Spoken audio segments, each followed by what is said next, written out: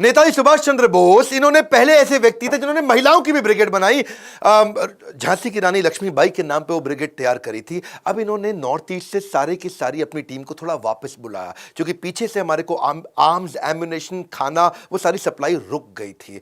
अब सुभाष चंद्र बोस जी इस समय ऑल्टरनेट प्लान को बिल्ड कर रहे थे। तो इन्होंने क्या सोचा, वियतनाम जापान के पास ही था, तो ये वहां से फ्लाइट लेकर के मॉस्को जाना चाहते थे। वर्ल्ड वॉर 2 लगभग खत्म हो चुका था हिरोशिमा नागासाकी के बाद। तो उन्होंने प्लान किया था यूएसएसआर के साथ मैं नए अलायंसेस बिल्ड करूंगा, कुछ नई स्ट्रैटेजी लेके, नई योजना से। जब वहां जाने लगे, अब वियतनाम से मॉस्को जाते वक्त खबर ऐसी आई कि ताइवान रास्ते में, ताइवान के एयरपोर्ट के पास उनका जहाज क्रैश हो गया और उसमें देहांत हो गया। खैर, इसमें बहुत सारी बातें थी, वो उनका देहांत हुआ कि नहीं हुआ इसकी बात बाद में करूंगा। पर भारत में अंग्रेजों ने हमारी सारी लीडरशिप को उठा लिया, पकड़ लिया। वो क्राइम वॉर के तहत हमारे यहाँ के जो आर्मी के अधिकारी थे, जो आज़ाद हिंद फौज के थे, उनको सबको पकड़ा उन्होंने और देशद्रोह के आरोप में उन पे मुकदमे चलाने लगे। यहाँ पे नेताजी अब तक बहुत काम कर चुके थे और पूरी दुनिया में खबर फैल चुकी थी कि उनका देहांत हो चुका है, अब वो जीवित नहीं है।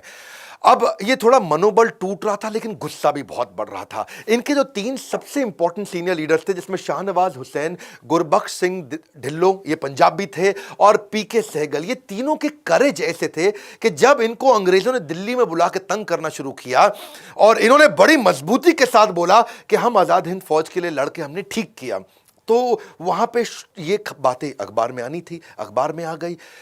अब नेताजी सुभाष चंद्र बोस का देहांत हो गया, यहां ये सब पकड़े गए, तो ये गुस्सा भारत में बढ़ने लगा। कैसे नेताजी सुभाष चंद्र बोस सबसे बड़े कंट्रीब्यूटर माने जाएंगे हमारे देश की आज़ादी के लिए, ये आपको ऐसे पता चलेगा कि तुरंत अगले हर हफ्ते में नई नई खबरें आने लगी। रॉयल नेवी जो थी, जो ब्रिटिश की नेवी थी, ब्रिटेन की नेवी, वहां पे अंदर से ही बगावत होने लगी। जितने भारतीय सैनिक थे रॉयल नेवी के पास में, सबने बोल दिया अब हम तुम्हारे साथ में नहीं है।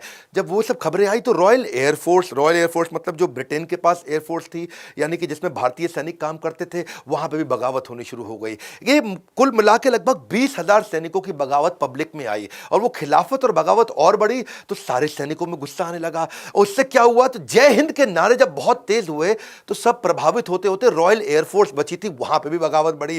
रॉयल एयरफोर्स और रॉयल आर्म फोर्स के बाद में बची ब्रिटिश इंडियन आर्मी, वहां विद्रोह चालू हो गया। अब ये विद्रोह पूरा फैल गया, सारे के सारे लोग गुस्से में आ चुके थे और अंग्रेजों को अंदर लगने लगा कि भाई अब इन पे भरोसा करना संभव नहीं है।